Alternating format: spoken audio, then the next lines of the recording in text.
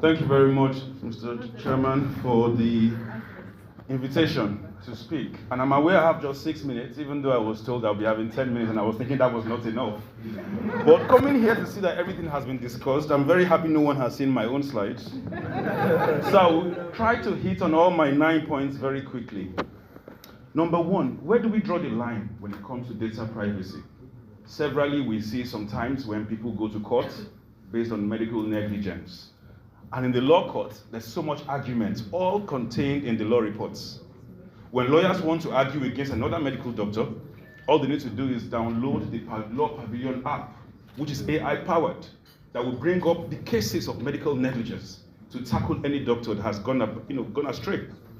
How does that doctor also refer to other medical cases that were not, in a way, negligent, that led to some success, if there is no record? And so when doctors sit down to say, hey, it's all confidential, well, it's going to be confidential until there's negligence.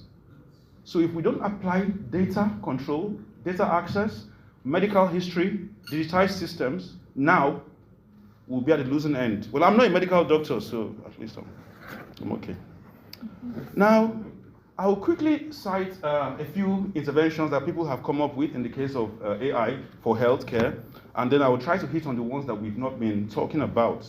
Because while listening to the discussion in the room, I was thinking, okay, even if we leave AI out of the things that we do very well already, because many medical experts do not like the idea of AI taking over. Hey, we have so much experience, don't bring AI here. Fine.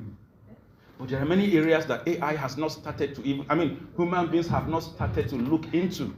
Maybe I should even bring that first before I mention RxAll by Alonge, who developed a system using AI that can detect fake drugs quickly. Help Mom by Dr. Abiodun, that is able to help women who are pregnant to keep up with their antenatals, as well as giving them updates when they should go for vaccinations for their children, for their babies. And breast cancer detection system using a smart bra developed by engineer Kemi Bolaniwa, that is also receiving a lot of accolades. But let me leave that alone. Some years ago, we had COVID, and it was due to undetected pandemic that had cropped up. People had begun to spread it before we started looking for primary contacts and all of that. So immediately at RAIN, where I work, I came up with a solution. Well, the solution was not developed anyway. The solution was this.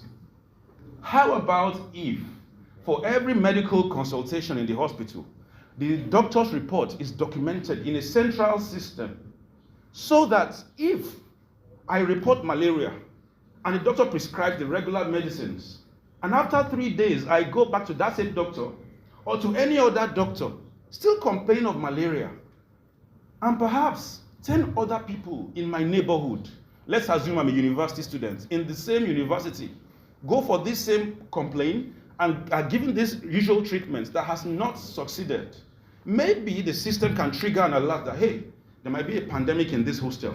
They are all complaining of malaria. This is looking like malaria, but it's not malaria. And quickly, government can shut down the facility if there needs to be such. That way, I call that a quick pandemic detection system.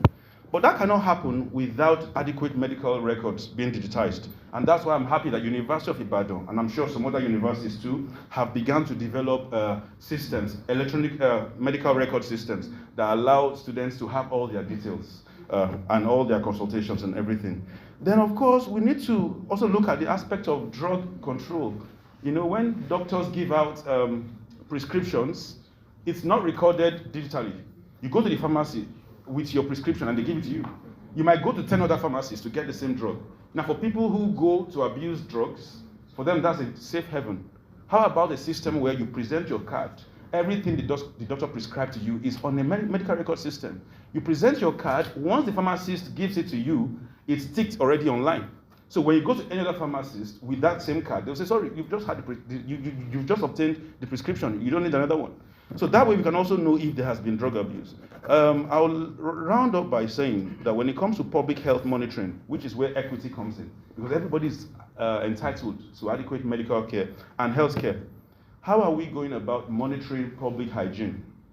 I don't want to mention any state now, but sometimes you'll be driving past some areas and then all of a sudden smell, and you're thinking, does the government know about this? Maybe if we have IoT systems, Internet of Things, placed in certain areas, monitoring the quality of air, as well as other pollution issues, so that there can be a centralized system monitoring all of this. Then government can sit in one place and see a statistics or a geography of how the state is doing hygiene-wise, and so on. So I believe if we focus on some of the areas that AI has not even, human beings have not the capacity to handle, we might be solving problems that would not lead to any lawsuit eventually. Thank you very much. Thank you very much.